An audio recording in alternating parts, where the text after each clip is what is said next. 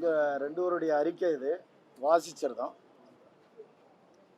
பொதுமக்களின் விருப்பத்திற்கு ஏற்ப திராவிட முன்னேற்றக் கழக சட்டமன்ற உறுப்பினர்களாக தொடர்கின்றோம்.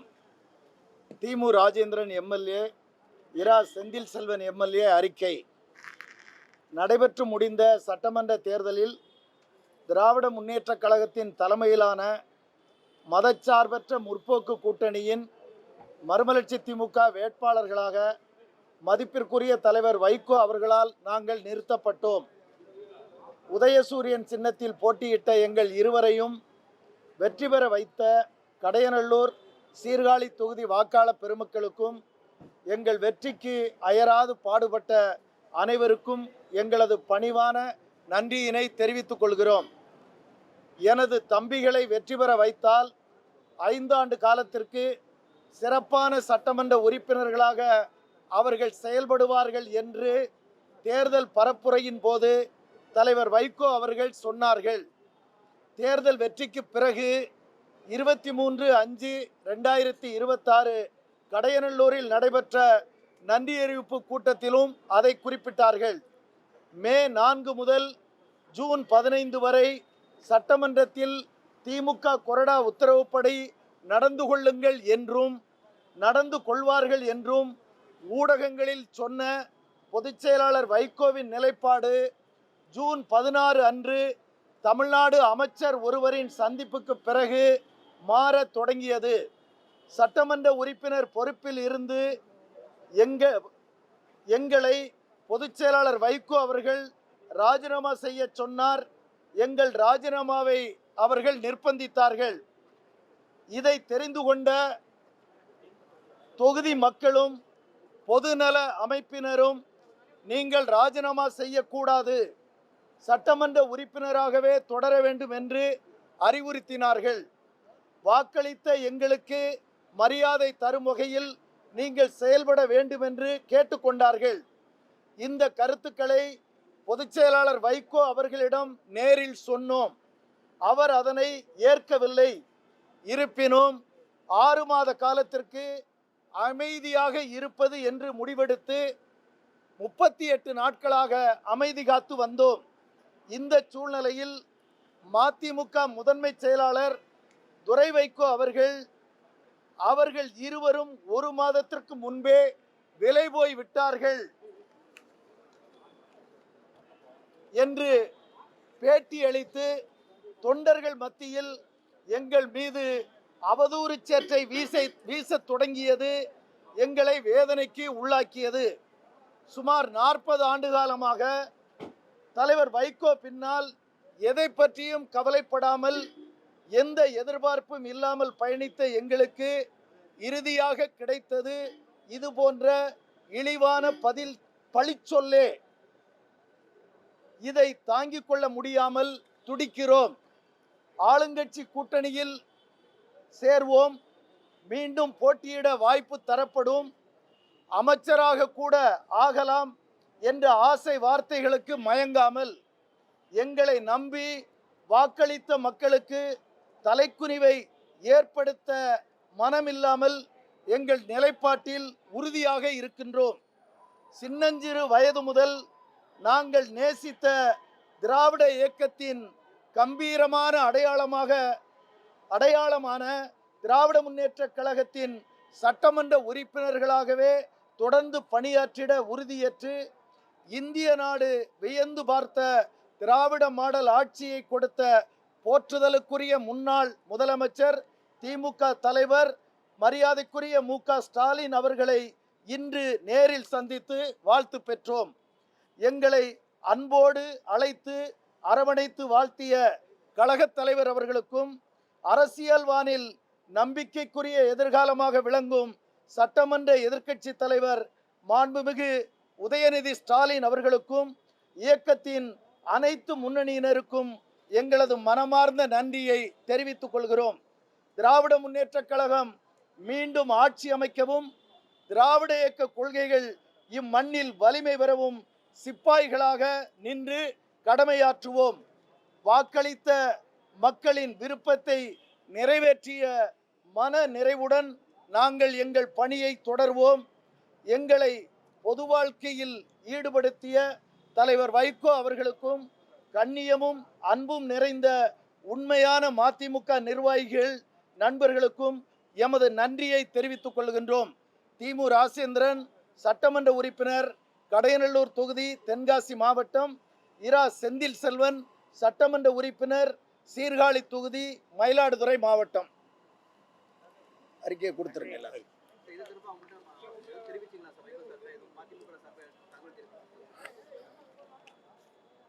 இந்த அறிக்கையில தற்சமயம் உங்களுக்கு தேவைப்படுகிற எல்லா செய்திகளும் இதில் அடங்கி இருக்கின்றன. இதையே எங்கள் கருத்தாக நீங்கள் பதிவு செய்து கொள்ளுமாறு இருவர் சார்பிலும் கேட்டுக்கொள்கின்றோம்.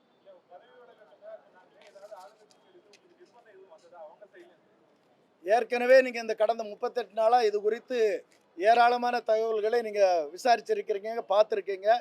அது அப்படியே அது உள்ளதுதான். இப்ப தற்சமயம் இது போதுமானது. இதுல எல்லா விவரமும் இருக்கு.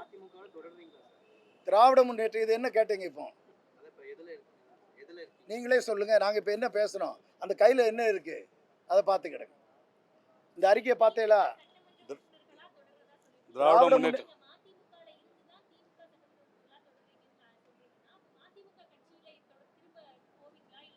நாங்க திராவிட முன்னேற்ற கழகத்தின் சின்னமான உதயசூரியன் சின்னத்தில் போட்டியிட்டு வெற்றி பெற்றோம். பொதுமக்கள் விருப்பம் நாங்கள் தொடர்ந்து சட்டமன்ற உறுப்பினராக இருக்க வேண்டும் என்பது. அந்த அடிப்படையில் திராவிட முன்னேற்ற கழக சட்டமன்ற உறுப்பினராக இயங்குகிறோம். தொடர்ந்து பணியாற்றுவோம்.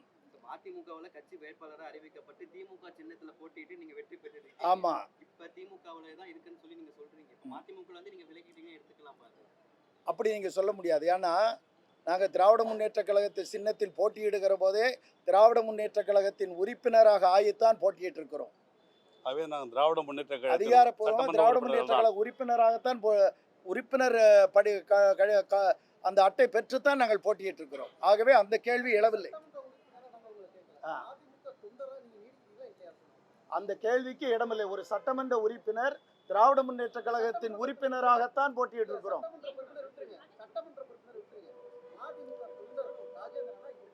திராவிட முன்னேற்ற கழகத்தில் இணைந்து பணியாற்றுகிறோம் என்று இதில் சொல்லி இருக்கிறோம். அது போதுமானது. அது போதுமானது. இதை நீங்க போட்டு அந்த அறிக்கையை வாசிச்சு அதுல எல்லாமே இருக்கு.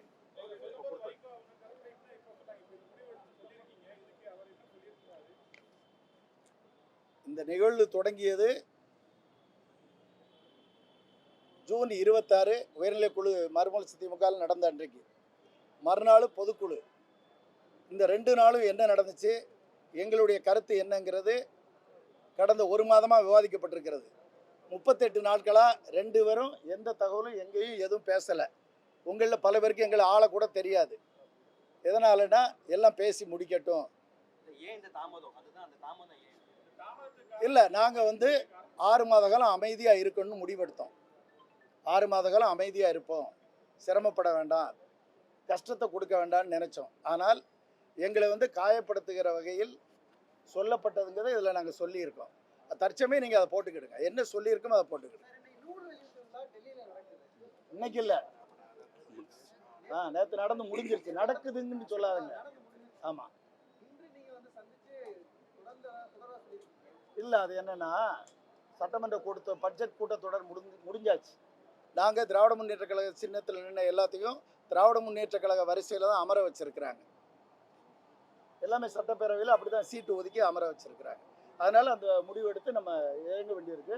2வது 6 மாதம் நம்ம காத்திருப்போம்னு சொன்னது மறுமலர்ச்சி திமுகவில் முதன்மை செயலாளர் அவர்கள் நாங்கள் விலை போய் விட்டதாக சொன்னதுக்கு அப்புறமும் அது காத்திருக்க முடியாது.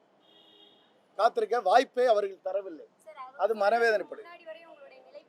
எப்படி முன்னாடி 6 மாத காலம் காத்திருக்கிறோம் என்று தலைவர் வைகோ அவர்களுக்கு நாங்கள் முறையாக சொல்லி இருந்தோம்.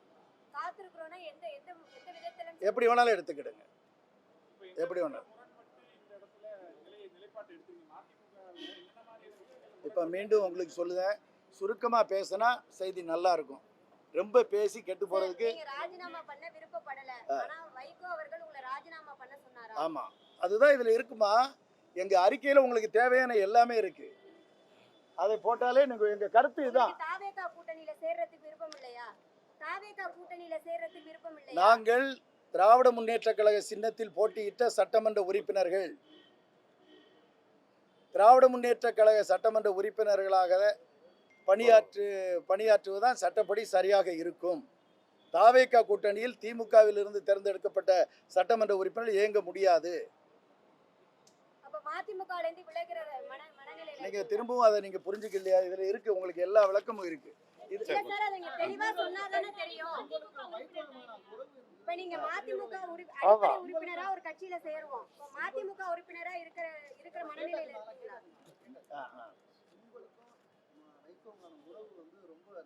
ஆமா ஆமா. தலைவர் வைகோ அவர்களோடு நான் தனிப்பட்ட முறையில் கொண்ட உறவு நீண்ட காலமானது. பொதுமக்கள் விருப்பத்திற்கும் நாட்டு மக்கள் ஏற்றுக்கொள்ளவே முடியாத ராஜினாமா என்கிற இதை சொல்லுகிற போது என்னுடைய கருத்தை ஆழமாக பதிவு செய்தேன் என்பது பொதுக்குழு என்று நான் ஒரு செய்தியாக வெளியிட்டிருந்தேன். கட்சி பதவி என்றால் தலைவர் விரும்புகிற எந்த கட்சியாக இருந்தாலும் தலைவர்களுடைய விருப்பம்தான். சட்டமன்ற உறுப்பினர் பொறுப்பு என்பது நிறுத்தியது தலைவர் வைகோ. அதனால்தான் தான் நாங்கள் இவ்வளவு நாள் பொறுமையாக இருக்கிறோம். ஆனால் வெற்றி பெற வைத்தது பொதுமக்கள். எதிர்கட்சி என்னை எதிர்த்து நின்றவர் 50,000 ஓட்டில் ஜெயிப்போம்னு சொல்வார். நான் 6,000 ஓட்டில் ஜெயிச்சிருக்கேன். வெற்றி பெற வைத்தது யார்? பொதுமக்கள். அவர்களுடைய விருப்பத்திற்கு எண்ணத்திற்கு புறம்பா திரும்பவும் 4 மாதத்தில் ஜீப்பில் ஏறிட்டு மீண்டும் எனக்கு வாக்களிங்கன்னு சொன்னால் அது ஒரு முரண்பாடு. தலைவர் வைகோ அவர்கள் எங்கள் தம்பிகள் 5 ஆண்டு காலத்திற்கு சிறப்பாக பணியாற்றுவார்கள் என்று தலைவர் வைகோ அவர்களே பிரச்சாரம் செய்திருக்கிறார்கள். நன்றியறிப்பு கூட்டத்தில் பேசியிருக்கிறார்கள். 4 மாதத்தில் ரிசைன் பண்ணிட்டு மக்கள்கிட்ட போனால் அந்த மக்கள்கிட்ட நம்ம எதிர்கொள்ள முடியாது. இதை தலைவர் வைகோவுடன் நேருக்கு நேர் நாங்கள் பணிவோடும் அன்போடும் கண்ணீரோடும் சொல்லி இருக்கிறோம். அதில் தான் தலைவருக்கும் எங்களுக்கு ஒரு கசப்பு ஏற்பட்டிருக்கிறது. இன்னொரு செய்தியை நான் சொல்லியிருந்தேன். 6 மாத காலம், ஓராண்டு 2 ஆண்டுகள் கழித்து தலைவர் வைகோ அவர்களே எங்களுடைய முடிவு சரி என்று நினைக்கக்கூடிய நாள் உருவாகும். அன்றைக்கு அவருக்கும் எங்களுக்குமான அந்த பிரிவு துயர் நிரந்தரமாக விலகும்.